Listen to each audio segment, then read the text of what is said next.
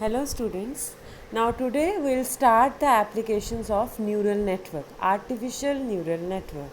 Now one of the application of neural network is function approximation.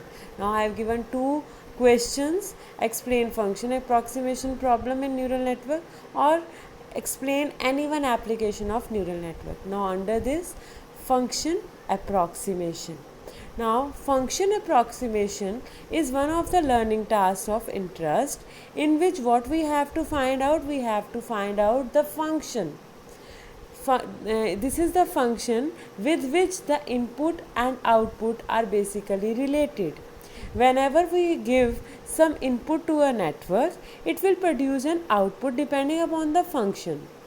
This function is basically the function of the network. Now, how we will find out this function? Whenever we are provided with the input set and the output vector, we can map input and output with the function.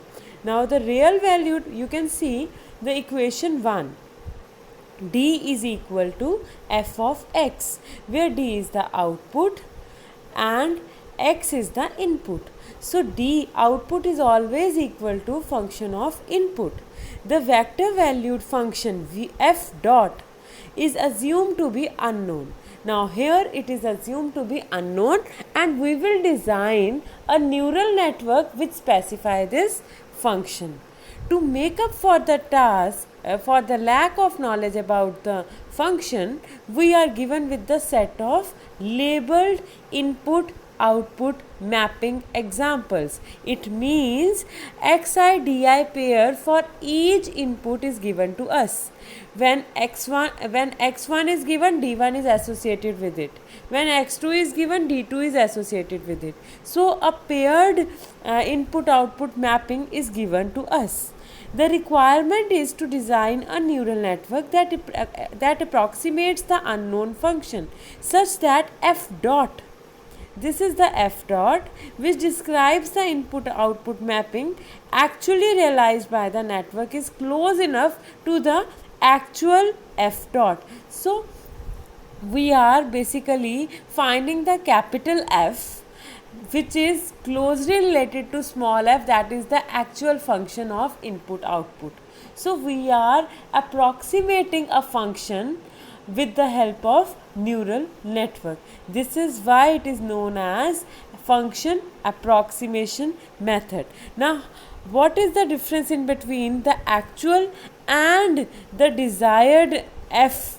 Is basically we can decide it with the smallest difference, that is the Euclidean difference, and here it is described that double bar of fx, that is the function which is going to be approximated here, minus the actual fx, that is the actual input output mapping function. The relationship in between the both are having the smallest possible number, that is epsilon.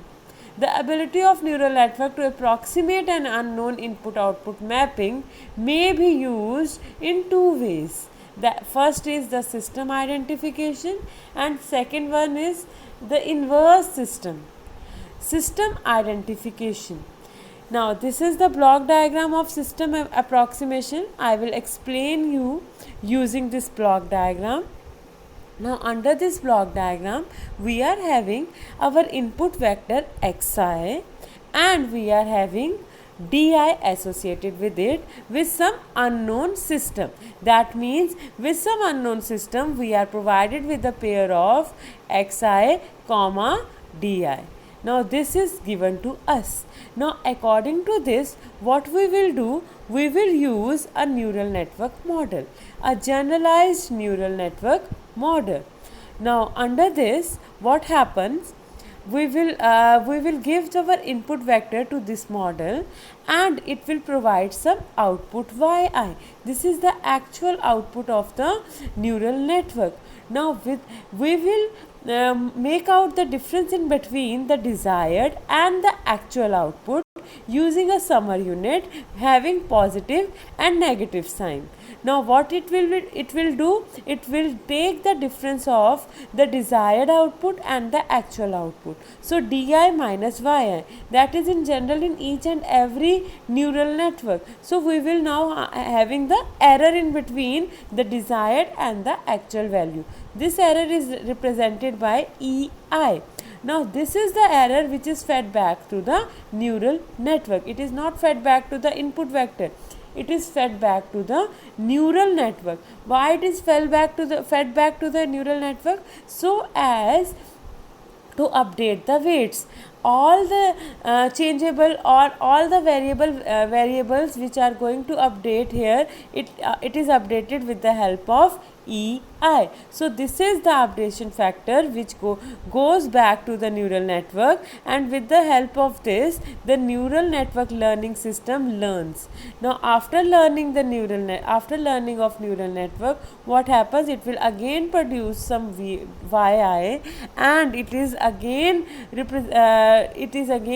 matched with the di, the desired output, and then it is seen that error is reduced. When error is reduced, then our neural network model is now ready for function approximation. It is giving us the same function and it is being given by the di. So this is the unknown system that we are going to find out using a neural network. Now this f is unknown. Now what we will find out here, we are basically finding the f, this capital F dot. Now what this f dot predicts, it predicts the small f dot, that is the actual f dot, and the difference in between the both is very small. That is why we can say that it is system identification function approximation method. Now next type of method is inverse system. Now in case of inverse system, again we are having MIMO. We were having MIMO in system identification also. MIMO means multiple input multiple output system. Now in inverse system we are having, if we are dealing with the memoryless MIMO system, we prefer inverse system. Now as the word indicates, it is inverse. So what we are going to find out here, just see this expression, x is equal to f inverse t. So we are going to find out here the inverse of the function. Now we know that f of x is basically the d. This is the output. Now if we are basically taking d as input and x as output, what will happen? X is the output, which is the output of f inverse t. So what we will find out here? We will find out this inverse function, f inverse. Instead of finding f, we are finding out f inverse. This is the another way of finding the function. Now what we are going to do here, just see this block diagram. Start from here. We are basically providing the system output di as the input to the inverse model. So this is our inverse neural network model. We are providing di because xi and di are known to us. So we are providing di here. Now after providing di, what we are going to do, we are taking an inverse model of the neural network, and it will produce some yi. This yi is the output, which is very closely related to the xi. So we will find out the difference in between xi and yi and fed back to again the neural network. So we will find out here the difference in between xi and yi, and this error is produced. Now this error is fed back to the neural network so as to learn, so as to update the weights of the neural network, such that if we again give di, it will produce now new yi, which is nearly closely related to xi. So our ei is very less, such that this inverse model gives us the f inverse d very close to the actual f inverse d. Now here we started with basically we are starting with an unknown system. So if you see what we have done here, we have just drawn an unknown block which is given us the output, and here is the input of the unknown block. Now this input is basically the desired input of the block, and this is the output of the block which is taken as the input. So here inverse model basically represents the inverse of function approximation system identification model. So I think now it is clear how to approximate the function. This is again explained, completed here. Okay.